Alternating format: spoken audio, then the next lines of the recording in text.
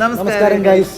അപ്പോൾ നമ്മൾ ഇന്ന് ഉണ്ടാക്കാൻ പോകുന്നത് മൈ ചോയ്സ് റൗണ്ടിൽ നമ്മൾ സാധാരണ ഈ നാടൻ പ്രദേശങ്ങളിൽ ആൾക്കാരൊക്കെ ഈ ഭക്ഷണത്തിൻ്റെ കൂടെ സൈഡ് ഡിഷായിട്ട് തോരനായിട്ടൊക്കെ ഉപയോഗിക്കുന്നത് മാത്രമല്ല ഈ കള്ളോടിയന്മാരൊക്കെ ടച്ചിങ്സ് ഒക്കെ ആയിട്ട് ഉപയോഗിക്കുന്ന ഒരു കരക്കമ്പി കേൾക്കാറുണ്ട്, ഒരു കിംബദന്തി. അതെ, അപ്പം അതാണ് നമ്മൾ ഉണ്ടാക്കാൻ പോകുന്നത്. അതിൻ്റെ പേര് ചേപ്പും വെപ്പ് അല്ലെങ്കിൽ തിരിച്ചും വെപ്പ് എന്നുള്ളൊരു പേരുണ്ട്. ഞാനൊരു പേരും കൂടെ ഇട്ടിട്ടുണ്ട്. ഇവൻ വേറൊരു പേരിട്ടുണ്ട് അതിന്, WSDC, simple side dish chicken. WWC, www.comedy.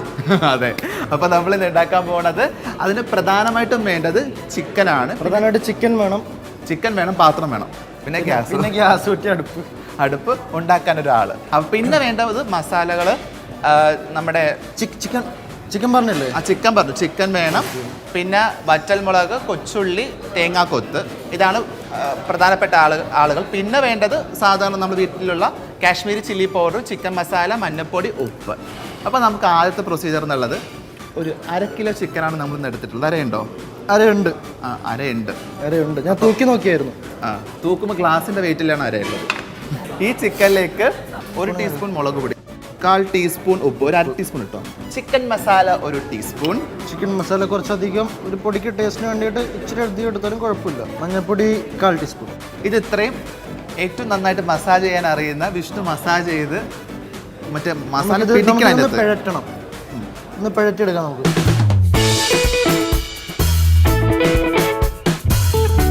പിന്നെ വേണ്ടത് നമ്മളിന്ന് ഗ്യാസ് ഓണാക്കി.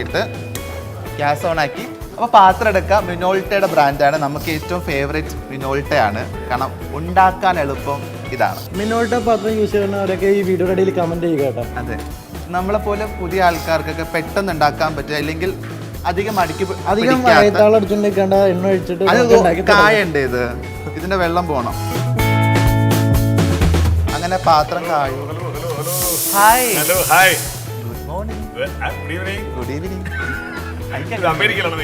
അല്ല, നമുക്ക് ഏതായാലും കുറച്ച് നേരത്തിന് ശേഷം നമ്മൾ കാണുന്നത് കാര്യങ്ങൾ തകൃതിയായിട്ട് നടക്കുന്നു. നമ്മൾ വളരെ നാടൻ ഭക്ഷണമാണ് ഇന്ന് ഉണ്ടാക്കുന്നത്. ഇഷ്ടമല്ലേ നാടൻ ഭക്ഷണം? അതെ. ആര് പറഞ്ഞു? നിങ്ങളെ കണ്ട കുറച്ച് മോഡേൺ ആയിട്ട് തോന്നുന്നു. മോഡേൺ ലുക്കിൽ വന്നിട്ട് നാടനാണെന്നല്ലേ? Mix, fusion. തീർച്ചയായിട്ടും. നിങ്ങളുടെ ഒരാൾ കൂടെ ഉണ്ടല്ലോ, അദ്ദേഹം എന്ത് ചെയ്യും? അപ്പുറത്താണോ? അപ്പുറത്ത് വായി നോക്കാൻ പോയല്ലോ. ഓക്കെ. തീർച്ചയായിട്ടും. അയൽവാസി ഒരു ദരിദ്രവാസി എന്നാണ് കേട്ടിരുന്നത്. അല്ല, ഞങ്ങളുടെ അയൽവാസി ഒരു ദരിദ്രവാസി. എന്തൊക്കെയുണ്ട് വിശേഷം അനീഷിത? സുഖമായിട്ട് പോകുന്നു. കണ്ടില്ല, എന്തെങ്കിലും അസ്വസ്ഥത ഉണ്ടെങ്കിൽ പറയുക. നമ്മളുടെ കറി കഴിച്ചു കഴിഞ്ഞാൽ അത് തീർച്ചയായിട്ടും മാറുന്നതായിരിക്കും. പൂർണ്ണമായിട്ടും മാറ്റി തരണം. ഷെഫ് നളന്റെ കൂടെ. നാളെ പാചകം എന്ന് കേട്ടിട്ടില്ലേ? ഇന്ന് കാട്ടിത്തരാം.